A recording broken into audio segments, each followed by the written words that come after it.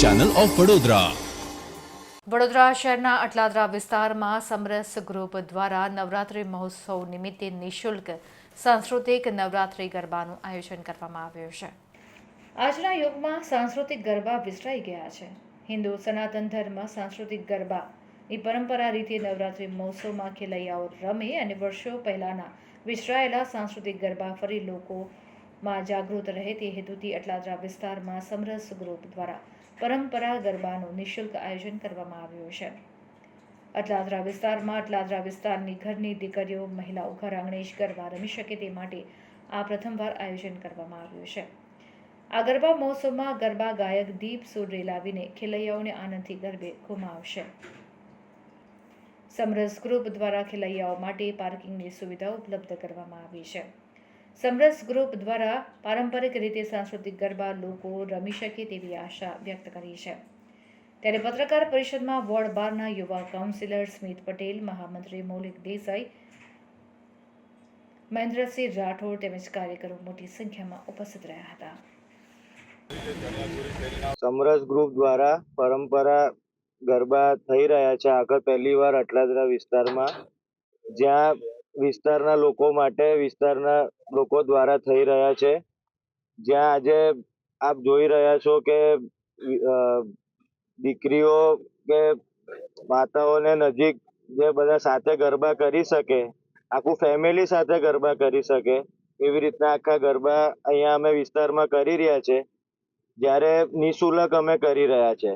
જે પ્રથમ વર્ષ અમે પહેલી વાર કરી રહ્યા છે. આ વખત આગળ બી જેમ બધાનો સપોર્ટ મળશે ને અમારી એવી લાગણી છે કે લોકો અહીંયા ગરબા કરે અને અહીંયા આનંદથી ગરબા કરે એવી અમારી લોકોને લાગણી છે. અટલાદરા વિસ્તારના લગભગ આજુબાજુની 100-125 સોસાયટીના લોકોની લાગણીને માન આપીને સમરસ ગ્રુપ દ્વારા પ્રથમ વર્ષ અટલાદરામાં પરંપરા સાંસ્કૃતિક ગરબા કરવા જઈ રહ્યા છે. વડોદરામાં ખૂબ જ ઓછા ગરબા હશે જે નિઃશુલ્ક છે. એમાં અમારું આજે જે ગરબાનું આયોજન છે સંપૂર્ણપણે નિઃશુલ્ક છે.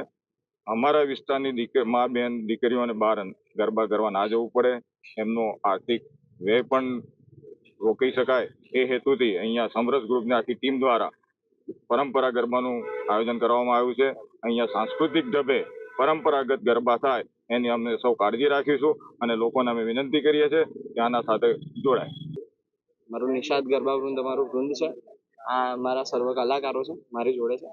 આ વિસ્તારમાં અમારા પ્રથમ વખત આ વિસ્તારમાં ગરબા થઈ રહ્યા છે, જેના માટે અમે મહેન્દ્રભાઈ અને એમના જોડે સ્મિતભાઈનો આભાર માનીએ છીએ કે અહીંયા મને ગરબા કરવાનો એક મોકો મળ્યો. લાસ્ટ યર અમે લોકો રેવા park Vaghadiya road side garba કરાવતા હતા. આ અમારા માટે નવું એક છે મંચ, અમારા માટે એક નવી ચુનૌતી બી છે. એના માટે અમારી પૂર્વ તૈયારી બહુ સારી છે. ઈચ્છીએ છીએ કે અહીંયા બી એવું સારું પરિણામ મળી રહે. એના માટે કોઈ ગરબો ગાતો કઈ રીતની તૈયારી છે? કયો નવો ગરબો છે?